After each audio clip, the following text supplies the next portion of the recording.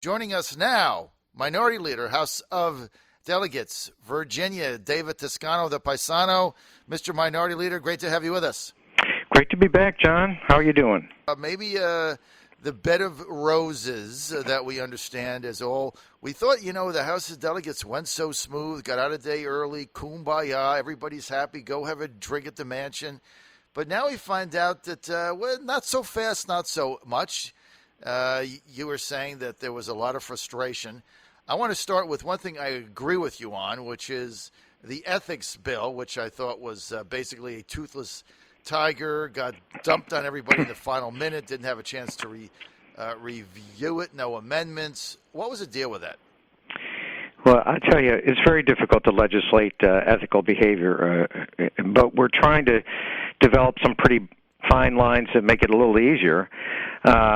One clear line that I think people agree on is that there should be some kind of limit on gifts that are taken. Now, right now, what we've written into the bill is a $100 limit, but one of the problems I think people have identified is that the way the bill's written, you could take $99 gifts again and again and again and again, and so I think perhaps the governor will take a whack at that and perhaps limit it. But in the context, the big context of this is that there's too much influence of money in politics, and you see it especially in Washington, but you begin to see it more in the Commonwealth of Virginia. And part of it is, frankly, we have to do something about campaign finance reform, and that's not even touched in the bill.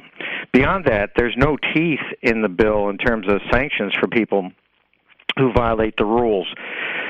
We could have created an independent commission that would have had the ability to subpoena and the ability to invoke sanctions, but we didn't do that either. So there's work to be done.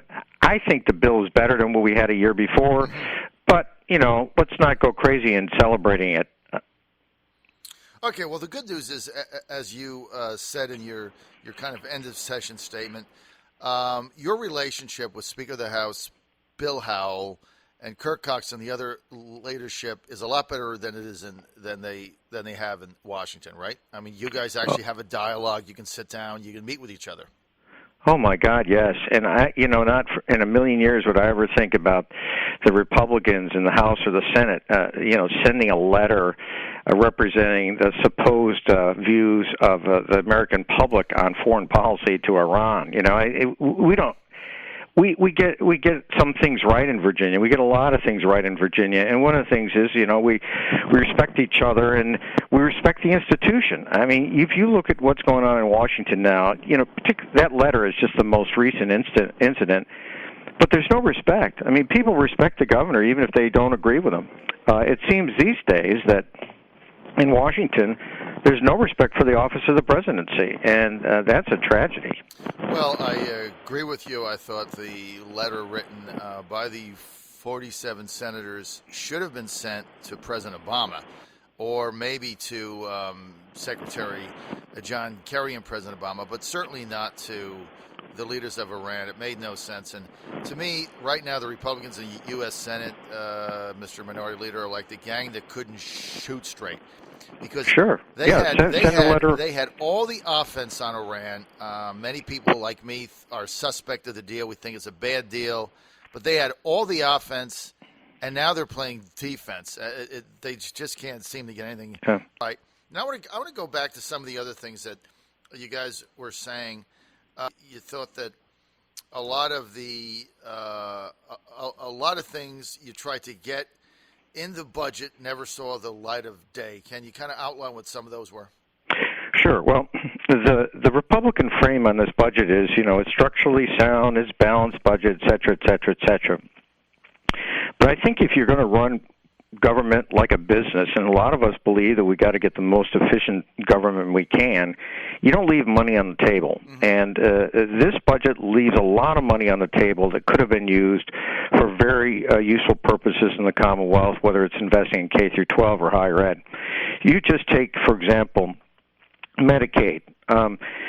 If we had expanded Medicaid, we could have taken $105 million in state appropriations out of our state budget and replaced it with federal dollars.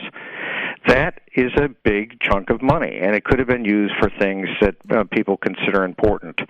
You take the coal tax credits, which the governor tried not to eliminate. I favor eliminating them, but the governor just said, well, let's put a cap on them. It would have raised another $30 million or so. They decided that even though everybody knows these coal tax credits don't work for their intended purpose and have not done anything to create jobs in coal fields, in fact, jobs are much fewer now than they were when the coal tax credits were put into place, who would leave that money on the table? There were some fees in the budget that the governor put in. Those were rejected, too. So we're leaving money on the table in the budget, and as a result, we're getting a budget that's balanced, which we have to do constitutionally. It's something everybody believes in, but we're not using the money in the most efficient way as we can. And that's what I think concerns a lot of us on the Democratic side of the aisle. Mr. Minority Leader, when you came on our show right before the session started or the first weekend, you had a pretty comprehensive common sense proposal to get rid of some of these corporate welfare tax loopholes, like the incentive for yachts, for instance. Okay, doesn't make any sense. If you can buy a big boat that size, you ought to be able to pay the tax on it, or don't buy it. Whatever happened with those? Pretty much dead, and pretty much dead in subcommittees and oftentimes there's no recorded vote taken. It's kind of funny.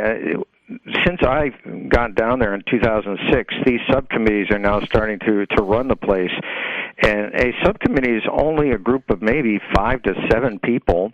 And it's, the majority in those subcommittees are Republicans.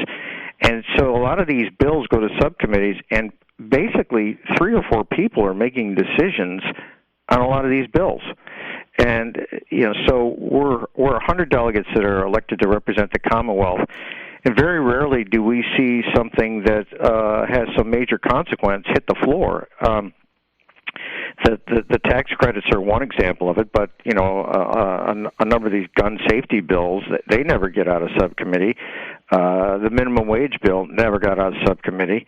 All of these things are never getting out of subcommittee. So, a lot of people don't really know what their delegate thinks about these various bills because they never get to vote on them.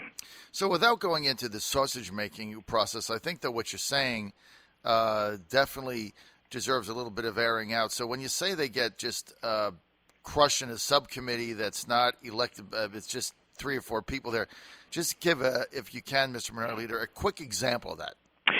Well, okay, let's redistricting reform. That is a huge issue. Right. And a lot of people want to know where their delegate or senators stand on this. Right. All of the House bills, mostly Democratic bills, that suggested the creation of a nonpartisan redistricting commission, none of them ever even got heard in the House. The Senate passed a bill. It got sent to a subcommittee, Privileges and Elections, and basically it got killed by a very small number of people and never got to the House floor. So nobody really knows what all of the delegates. Well, I think I know what a lot of the delegates think about bipartisan redistricting, but we never had to take a vote. And so it's very difficult for voters to hold their representatives accountable, and it's very difficult to get a transparent process when you're sending bills to these small subcommittees where they can die an unceremonious death. Now, the same thing worked on the other side. The personhood bill, this is the bill that would have created constitutional rights for an unborn fetus. This is Bob Marshall's bill.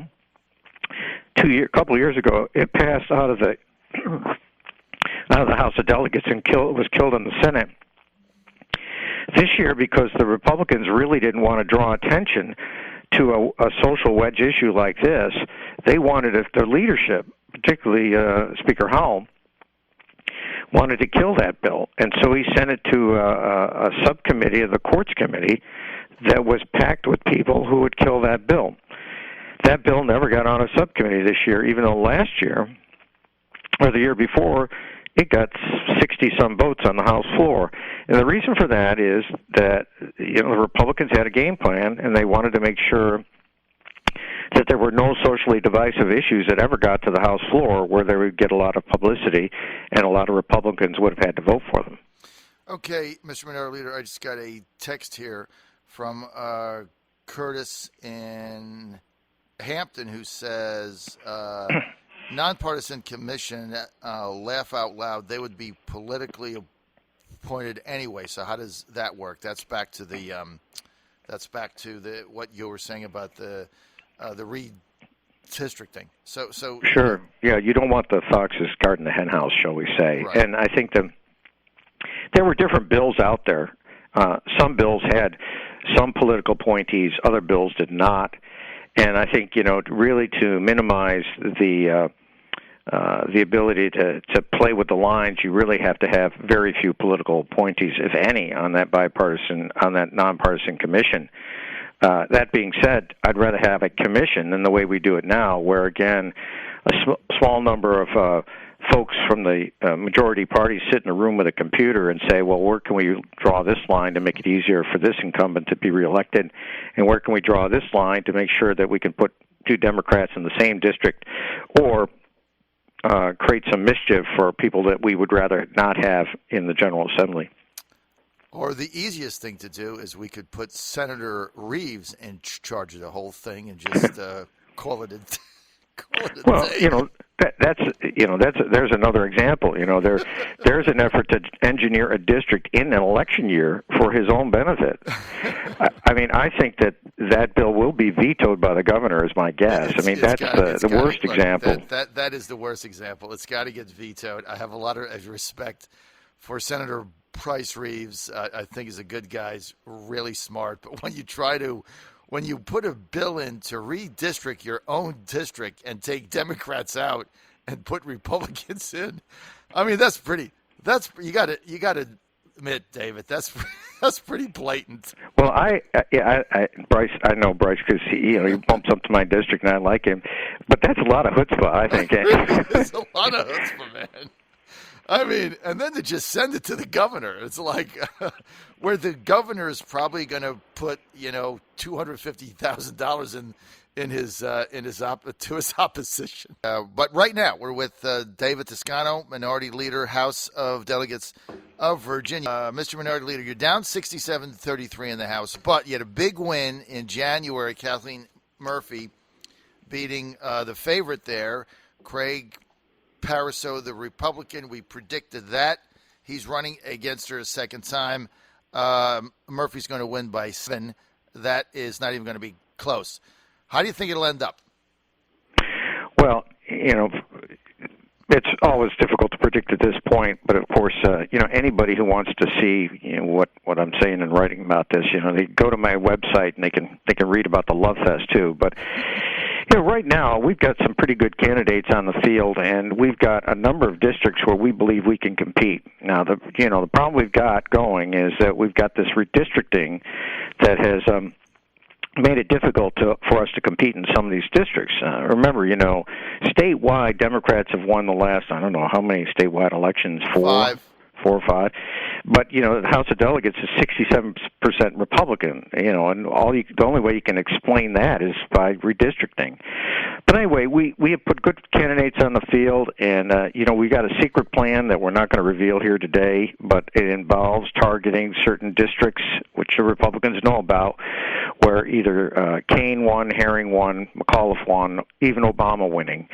And we believe that there are Democratic votes out there to get, there are independent votes out there to get in those districts. And we believe that if we put good candidates on the field and back them financially, we got a shot at winning those. Last time around, if you flip 800 votes in 6 districts, that's in 6 districts, 800 votes to the 125 votes a district, you got 6 more Democrats in the House of Delegates. So it was really close last time.